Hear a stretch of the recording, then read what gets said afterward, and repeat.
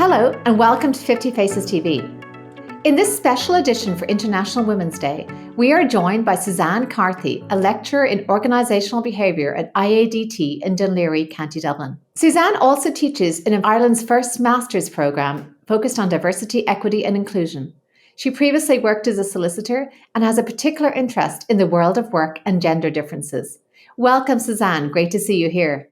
Good morning, Aoife. Thank you for having me. Can you tell us a little bit about your PhD and the origins of that and the topic? Well, that's a great question, and one that over the years since having completed it has kind of given me some pause for thought. And I'm going to say the most honest answer is, I guess, a little touch of jealousy. Because I was at that point, at that stage in my law career, where I was looking at our male colleagues from our graduation class and other people that I had qualified with. I could see and observe this difference in the career trajectory. Like that idea of the crocodile jaw with the men's careers taking off in an upward trajectory and women's sort of bottoming along, plateauing, and then a lot of exit. So at that point, which was around 10 years ago, there were a lot of women that I had qualified with beginning to exit. And I suppose I thought, why is this happening and what can explain that? And I guess I was asked a question one time by a male colleague at the time who said, why are all the women leaving? And I thought, that's a question someone needs to answer. And the question is, why are the women leaving? Where are they going? What's been their experience? And what has instigated that decision to leave? So that's the start, a really personal observation and experience of in this occupation, in this profession of law, where we have resources, we have all of the, I suppose, accommodations that are available, we're aware of, and yet we see this big divergence in the career trajectory and experience of men and women. And what has your research shown about the toll of high-pressured work environments and how that may fall differently on men and women? The answer to that even is multi-layered, but I suppose in light of the very tragic case which the coroner in the UK reported last week of the death of Vanessa Ford, who was a partner in an international law firm, the findings of that coroner's inquiry noted that at the time Vanessa was experiencing a great deal of emotional stress. And really in a time of mental crisis for her. And part of the contributory factors there was her guilt that her family talked about with missing so much time with family. And it was around a period in her working life where she had been engaged in a very intensive transaction, working 18-hour days. And I had come across a similar case 10 years ago with a case of a 21-year-old young man, actually, Moritz Erhard, who was an intern who worked for Bank of America Merrill Lynch. And he actually suffered an epileptic seizure, again, brought on, the coroner found, by fatigue after working a 3-night sort of stint of all-nighters, which we know happen in the world of professional services. So I suppose the first thing to say in talking about this issue in general terms is that there are very specific cases where the toll is just too high. And what's that about? And so what that's about, or what we have to ask, is what are the patterns of work and the way it's organised, the expectations around work, particularly in high performing and high pressure environments that cause people to work in a way that we know is harmful. The data shows is in fact harmful. So that's the first thing I suppose to say, is that that way of working is endemic in professional services. It's not confined to law. We see it in many occupations, and we know it doesn't serve people's health, and we know for certain it doesn't serve women, because not only is there for men and women, for all, a negative effect with those kinds of working arrangements and expectations, women come to that workplace with a whole range of societal and cultural expectations and a double burden, coming to work with a range of, I suppose, expectations around how feminine should they be, how feminine should they not be, presentation around their appearance and their health. We know, for example, women conceal pregnancies. We know, for example, of course, a very topical issue at the moment, women experiencing menopause. There has been a taboo around that.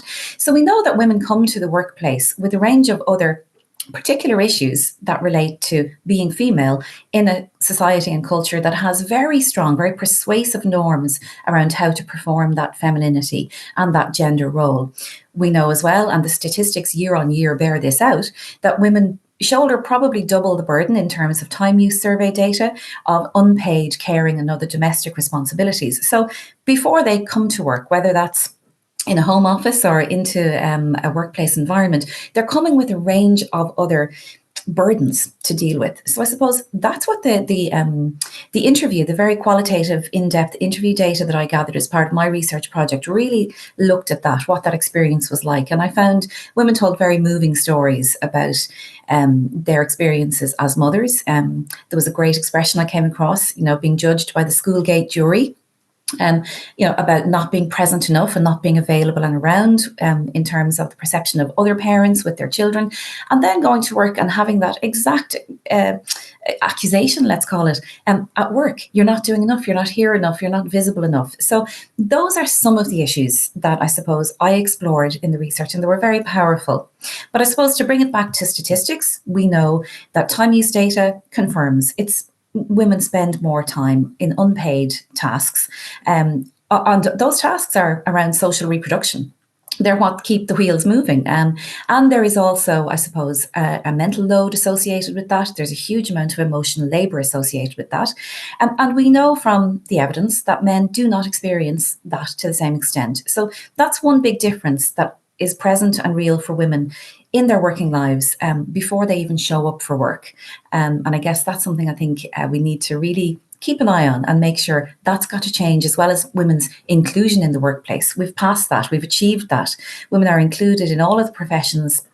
In fact, in law, in our profession, even women exceed men in terms of numbers and have done for several years now, particularly in the Irish jurisdiction. And yet their chances of promotion are less than half. And what did your research say about some of the other gaps we see in the workplace, such as the gender pay gap?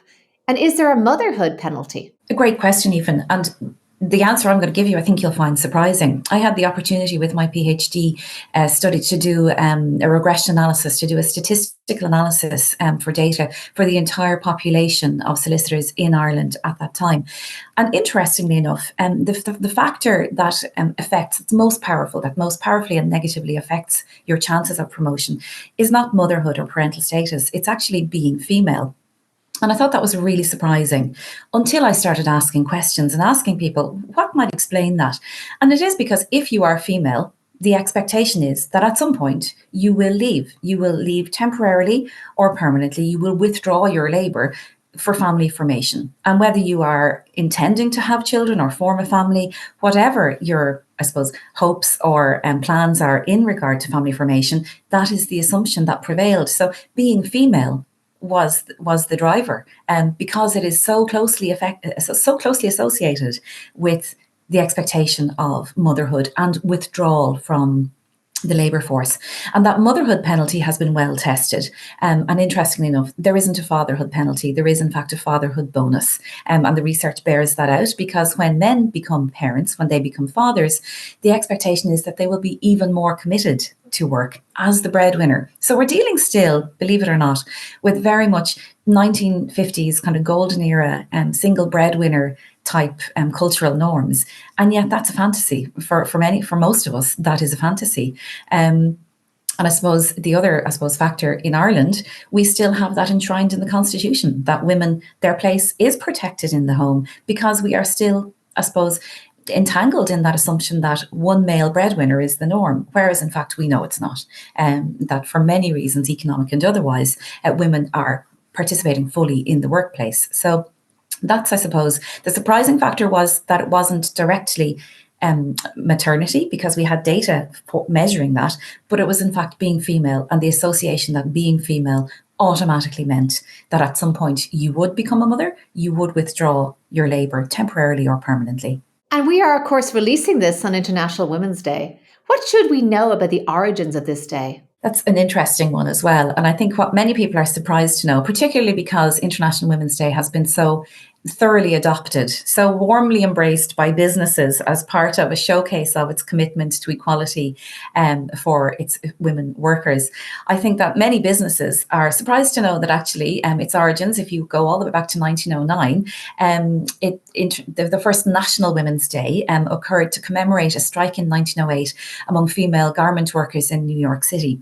And prior to that, I think it's probably 1878, I think. Again, Elizabeth Cady Stanton, one of the protesters around anti-slavery, again called for a women's movement, a women's strike, so that women could participate in the political discussions and debates and protests of the day. So International Women's Day firmly has its roots in the trade union movement and in politics. And I think while it's fantastic to celebrate women's achievements, I think we need to remember that Women's Day, International Women's Day, and designated so by the UN, has a really powerful political imperative behind it. It is about securing equality politically, educationally, and in the workplace. And it really comes down to those basic human rights that we hark back to when we remember that those garment workers in New York in 1908 striking for better conditions, and how that was a radical thing to do. So yeah, I think on Friday, on International Women's Day, we definitely need to remember that there is an ongoing struggle in many parts of the world,